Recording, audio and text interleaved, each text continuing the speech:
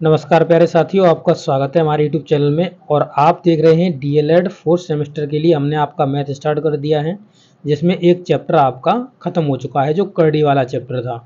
और अब हम चैप्टर 2 स्टार्ट करने जा रहे हैं, जिसमें हम वर्ग, वर्गमूल, घनमूल के बारे में जानेंगे। ठीक है, तो वीडियो शुरू करने से पहले ही मैं आपसे कह देना चाहूँगा कि आप वीडियो को लाइक कर दीजिए, क्योंकि बहुत कैंडिडेट्स वीडियो को देखते हैं, वो लाइक नहीं करते हैं।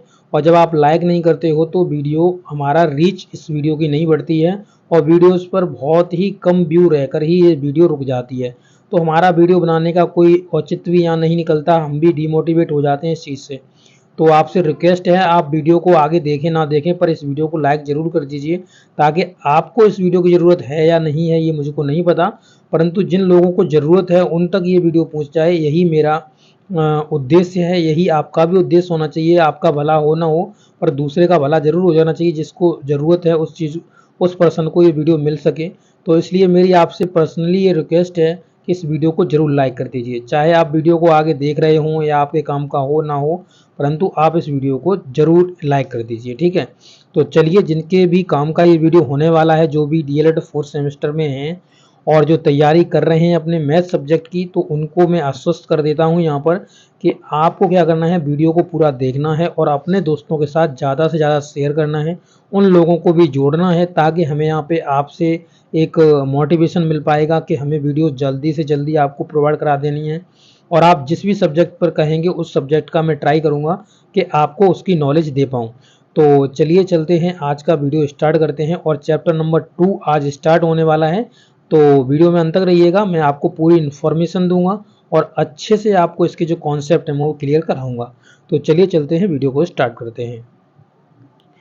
तो देखिए साथियों, आप यहाँ पे देख रहे हैं कि आपका जो चैप्टर है उसमें आप वर्ग के बारे में जानेंगे, वर्ग मूल्य के बारे में जानेंगे, घन के बारे में जानेंगे, घन मूल्य के बारे में जानेंगे। तो यही सेकंड चैप्टर में है, तो हम इसके जो कॉन्सेप्ट हैं उनको हम सीखने जा रहे हैं। तो देखिए, वर्ग क्या होता है। तो वर्ग के लिए यहाँ पे देखिए, आप देख सकते हैं लैंग्वेज में, तो आपकी लैंग्वेज लिखी हुई है, उसमें कह रहा है किसी संख्या को उसी संख्या से गुणा करने पर गुणनफल को उस संख्या का वर्ग कहते हैं। जैसे मान लीजिए कि एक संख्या, एग्जाम्पल फॉर मैंने 3 ली और 3 को 3 में ही मल्टीपल कर दिया, यानी 3 संख्या थी और 3 में ही हमने इसको मल्टीपल कर दिया, तो हमको जो आंसर मिलेगा वो 9 मिलेगा। यानी कि इस 3 का जो वर्ग होगा वो कितना होगा, 9 होगा। ठीक है, 3 का वर्ग कितना होगा, 9 होगा। ये आपको समझ में आ गया, यही वो कह रहा है। और जब अगर आप सेकंड लाइन इसकी पढ़ेंगे तो ये कह रहा है कि किसी संख्या का घातांक अगर 2 लिख दें तो उस पर लिखने पर उस संख्या का वर्ग प्राप्त हो जाता है। यानी कि इसी 3 पर अगर हम स्क्वायर 2 लिख देते, इस 2 का मतलब ये हो गया कि 3 को हम 2 बार मल्टीप्लाई करेंगे तो हमको 9 मिल जाएगा। ये सेम टू सेम वही बात है, इसमें कोई भी डिफरेंस नहीं है। ठीक है, तो यहाँ पे 9 मिल जाएगा, तो 9 इसका स्क्वायर होगा यानी वर्ग होगा। इंग्लिश में इसको स्क्वायर बोलते हैं। अब हम जानते हैं वर्ग मूल्य के बारे में। तो वर्ग मूल्य में क्या होता है, तो इसमें जिस तरीके से आपने इस तरीके से 3 का स्क्वायर निकाला, जब आप 3 का स्क्वायर निकाला, 3 इंटू 3 आपने करा तो आपको मिला 9। तो इसका मतलब ये हुआ कि 3 का स्क्वायर तो है 9, परंतु आपसे ये पूछने लगे कि 9 का आप बताइए क्या, आप बताइए कि इसका वर्गमूल क्या होता है, यानी स्क्वायर रूट क्या होता है। तो आपको इनको क्या करना, देखिए मैं रिवर्स आ रहा हूँ, मतलब इधर से इस साइड पे आ रहा हूँ मैं अपलोड के। तो इसको हम 9 के जहाँ फैक्टर करेंगे 3 इंटू 3, और यहाँ पर दोनों का पेयर बनाएंगे, और पेयर बनाने के बाद हमको मिलेगा केवल 3 निकल के। इसमें से एक गुणनखंड को हम निकाल लेते हैं, इसका जो निकलता है वो हमारा 3 निकल जाएगा। तो 3 इस 9 का क्या होगा, स्क्वायर रूट होगा यानी वर्गमूल्य होगा। और ये 3 अगर हम 2 की पावर चढ़ा रहे हैं तो इसका स्क्वायर होगा, वो आपका 9 होगा। तो यही मेनली थोड़ा सा डिफरेंस है इन दोनों के बीच में।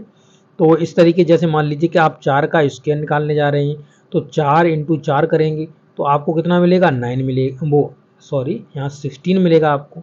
और 16 मिलेगा तो आप अगर 16 का, अब मान लीजिए कि आप स्क्वायर रूट निकाल रहे हो, तो इस तरीके से आप लौटते चले जा रहे हो, तो अब यहाँ पे 4 4 का पेयर बनाओगे तो आप केवल 4 मिलेगा। यानी कि इस स्क्वायर रूट में आप देख रहे हो यहाँ पे जो 16 है, उसका जो स्क्वायर रूट मिलेगा वो आपको मिलेगा कितना, 4। तो इस तरीके से इसका जो रिवर्स होता है, इसमें कोई भी डिफरेंस नहीं होता है। अब जो वर्गमूल्य है उसको निकालने की 2 विधियां हैं, एक है आपका गुणनखंड विधि और एक है आपकी भागफल विधि। तो ये भी हम जानेंगे। ठीक है, तो पहले यहाँ पे इसके कुछ महत्वपूर्ण पॉइंट देख लेते हैं। कह रहा है किसी प्राकृत संख्या को उसी प्राकृत संख्या का वर्ग हो, मतलब देखिए ऐसे कह रहा है किसी प्राकृत संख्या जो किसी प्राकृत संख्या का वर्ग हो। जैसे मान लीजिए प्राकृत संख्या है और ये एक प्राकृत संख्या का वर्ग है, यानी मान लीजिए एक का वर्ग है, एक भी एक प्राकृत संख्या है और ये इसका क्या है, एक वर्ग है एक, ठीक है, वर्ग है, तो पूर्ण वर्ग या पूर्ण संख्या कहलाती है। तो ये जो संख्या होगी, ये दोनों, ये जो संख्या आपको दिख रही है वन, ये कैसी हो जाएगी, ये पूर्ण वर्ग संख्या हो जाएगी। यानी कि इसका जो आंसर निकल गया वन, और ये जो इसमें वन बैठा हुआ है ये भी पूर्ण वर्ग संख्या है, ठीक है, तो ये आपका पूर्ण वर्ग एक संख्या कहलाएगी, ठीक है, तो ये आपका हो गया। और दूसरा देखिए, दूसरे पॉइंट में कह रहा है कि सम संख्या के वर्ग हमेशा सम निकलते हैं। यानी मान लीजिए एग्जाम्पल 4 मैंने 2 का वर्ग निकाला, तो 2 इंटू 2 करा तो हमें कितना आया, 4 मिला, और 4 एक कैसी है, सम संख्या है, ये मैंने आपको बता चुका हूँ। और आपको पता भी होगा जो सम संख्याएं होती हैं उनके जो इकाई का अंक होता है वो 0, 2, 4, 6, 8 होता है। ये मैंने आपको बहुत पहले बताया हुआ है जब मैथ का स्टार्टिंग करा था, और आपको बहुत सारा वीडियोस में प्रोवाइड करा चुका हूँ, तो आपको ये जरूर पता होगा कि जो हम अगर मान लीजिए हमें सम संख्याओं को ज्ञात करना है, हमें पहचानना है, तो हम उनके यूनिट डिजिट का जो नंबर होता है उसमें हम देखेंगे कि उसमें 2, 3, 2, 4, 2 और आपका 4 और 0, 8 ये आपके हैं कि नहीं है, और 6 है कि नहीं है। जैसे मान लीजिए यहाँ पे हम 32 लिख दें, 32 एक सम संख्या है कि नहीं है, इसे हम 2 से देख करके पता कर लेंगे कि ये सम संख्या है या नहीं है। तो क्या है, ये एक सम संख्या है, ठीक है। तो इसी तरीके से ये बात कह रहा है कि अगर 2 का स्क्वायर निकाला यानी सम संख्या का स्क्वायर निकाला तो हमको सम मिला। इसी प्रकार से मान लीजिए कि हम 4 का स्क्वायर निकालें, 4 का स्क्वायर निकालेंगे तो क्या करेंगे, 4 इंटू 4 करेंगे तो बराबर में हमको 16 मिल जाएगा। 16 में अगर आप इकाई का अंक देखेंगे तो ये भी एक सम संख्या है। तो सम संख्या का वर्ग हमेशा सम संख्या ही निकलता है, यही कह रहा था। तो ये 100% आपका सही है, ठीक है। तो आपका पॉइंट नंबर 2 हो गया, आपको समझ में आ गया होगा।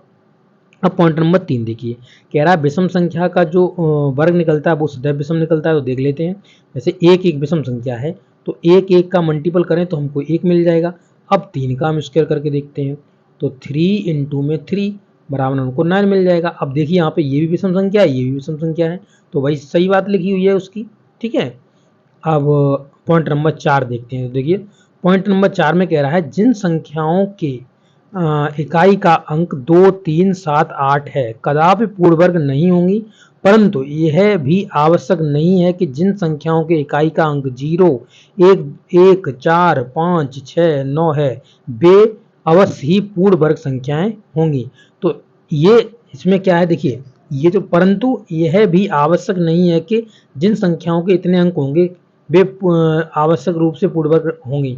तो ये जो होंगी इनके जो इकाई का अंक मिलेगा जहाँ पर वो आपकी पूर्ण वर्ग संख्या हमेशा होंगी। अब क्यों होता है इस तरीके से, तो मैं इसका पूरा कॉन्सेप्ट आपको समझा देता हूँ ताकि आपको समझ में आ सके। जैसे मान लीजिए आप जब 1 का वर्ग लिखते हो तो कितना लिखते हो, 1 लिखते हो। 2 का वर्ग लिखते हो आप तो कितना लिखते हो, देखिए ये वर्ग है भाई, ठीक है, ये स्केच चढ़ा लेना आप, तो यहाँ पे 4 लिखते हो। 3 का लिखते हो तो आप कितना लिखते हो, 9 लिखते हो। और आप जब 4 का वर्ग लिखते हो तो आप कितना लिखते हो, 16 लिखते हो। 5 का लिखते हो तो कितना लिखते हो, 25 लिखते हो, ठीक है।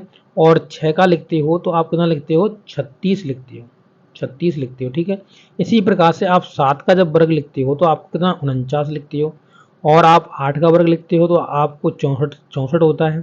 और 9 का वर्ग निकालते हो तो आपको कितना मिलता है, आपका 81 मिलता है, ठीक है। और आप जब 10 का वर्ग लिख रहे होते हो तो आपको मिलता है 100। अब देखिए इसमें एक चीज ध्यान से देख लीजिएगा कि इसमें सब इकाई का डिजिट देखिए, यहाँ 1 है, यहाँ 4 है, यहाँ 9 है, यहाँ 6 है, यहाँ 5 है, यहाँ 6 है, ठीक है, यहाँ 9 है, यहाँ 4 है, यहाँ 1 है और यहाँ 0 है। परंतु आपने इसमें देखा कहीं भी आपको 2, 3, 7, 8 नहीं मिलेगा ढूंढे इकाई के स्थान पर।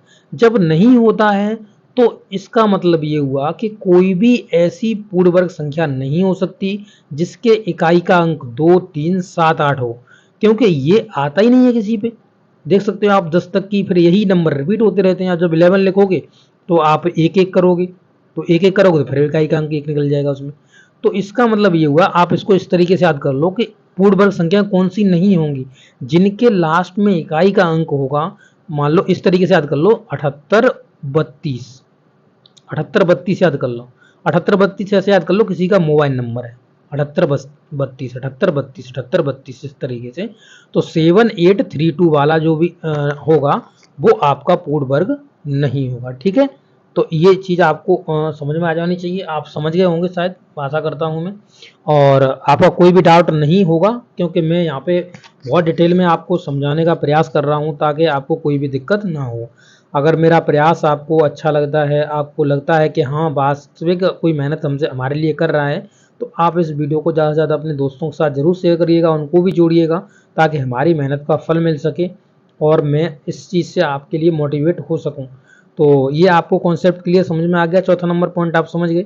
अब देखिए पांचवा नंबर पॉइंट कह रहा है कि सम जो आपकी संख्या होती है, यानी समपूर्ण संख्या का वर्गमूल सम संख्या होता है। तो सही कह रहा है, जैसे मान लीजिए कि यहाँ पर आपने लिया 4, तो 4 एक सम संख्या है जिसका वर्गमूल हमको निकालना है। तो इसका मतलब 2 और 2 फैक्टर कर लेंगे, तो इसमें से हमको क्या लग जाएगा, 2 निकल जाएगा। इसी प्रकार से मान लीजिए कि मैं एक ले लेता हूँ, 16 ले लिया, ठीक है। 16 भी एक सम संख्या है। 16 का जब फैक्टर करूंगा तो 4 इंटू 4 करूंगा, तो यहाँ पर 4 4 का पेयर बन जाएगा, तो यानी हमें 4 मिल जाएगा। तो आप देख सकते हो यहाँ पर कि जब भी हम निकाल रहे होंगे ना किसी सम संख्या का वर्गमूल, तो वो हमेशा जो संख्या निकल के आएगी वो हमेशा कैसी निकल के आएगी, हमेशा सम संख्या ही निकल कर आएगी। तो ये आप मेक श्योर हो जाइए, ये आपका पॉइंट आपको याद रहना चाहिए। ठीक है, और यहाँ पे विषम संख्या क्या है, तो विषम संख्या क्या विषम संख्या निकलेगा। जैसे रूट में मान लीजिए 9 निकाला, 9 रखा तो 3 इंटू 3 करा, 3 इंटू 3 करा, तो यहाँ पर 3 3 का पेयर बन जाएगा, बराबर में 3 मिलेगा जो कि एक विषम संख्या है। इसी प्रकार से मान लीजिए 25 लिया है हमने, तो 25 को हम निकालेंगे, तो यहाँ पे 5 इंटू 5, 5 इंटू 5, इसमें जब पेयर बनेगा तो आपका कितना निकल जाएगा, 5 निकल कर आएगा। तो इस तरीके से आप देख सकते हो कि हर एक स्थिति में आप आगे भी इसे कर लीजिए, यही निकल के आएगा, यानी विषम संख्या ही आपका निकल के आएगा। तो ये भी पॉइंट आपका आपको अंडरस्टूड हो जाना चाहिए, आपको आप समझ में आ जाना चाहिए, क्योंकि मैं इसे इतना डिटेल में एक्सप्लेन कर दे रहा हूँ तो आपको कोई दिक्कत नहीं होगी। किसी ऋणात्मक संख्या का वर्गमूल संभव नहीं है। तो ऋणात्मक संख्या का वर्गमूल क्यों संभव नहीं है, क्योंकि जो नेगेटिव साइन होता है वो कभी भी बाहर नहीं निकलता रूट से। जैसे मान लीजिए कि मैंने यहाँ पे लिख दिया माइनस का 2, ठीक है, या माइनस का मैंने 2 छोड़ो, यहाँ से मैंने लिख दिया माइनस का 4, इसका वर्गमूल निकालो, निकलेगा ही नहीं। ठीक है, क्योंकि यहाँ पे माइनस लगा हुआ है। ये किस तरीके से निकलते हैं, तो ये आपने क्लास 12th में पढ़ा होगा। यहाँ पर क्या होता है, यहाँ पर हम आई मान लेते हैं। क्या मान लेते हैं, क्योंकि आई जो होता है उसको आई यहाँ पे एक देखिए, ये जो आई होता है ये इमेजिनरी नंबर होता है, इसे इमेजिनरी करके हम इसको मान लेते हैं, तब ये यहाँ से निकलता है बाहर। तो वो एक काल्पनिक नंबर होता है, इमेजिनरी नंबर होता है, तो उसमें ये चीज़ चलती है, वैसे ये नहीं चलती है। ठीक है, तो यहाँ पर आप समझ सकते हैं, तो ये आपका कभी भी पूर्ण वर्ग नहीं होगा। अब इनके जो गुणनखंड की विधि है या वर्गमूल कैसे भाग विधि से निकालेंगे, ये मैं नेक्स्ट वीडियो में आपको समझाऊंगा। आशा करते हैं आपको सब कुछ समझ में आ गया होगा। अभी भी कोई डाउट है तो आप ज़रूर पूछ लीजिएगा हमसे। मिलेंगे नेक्स्ट वीडियो में। Okay, thank you.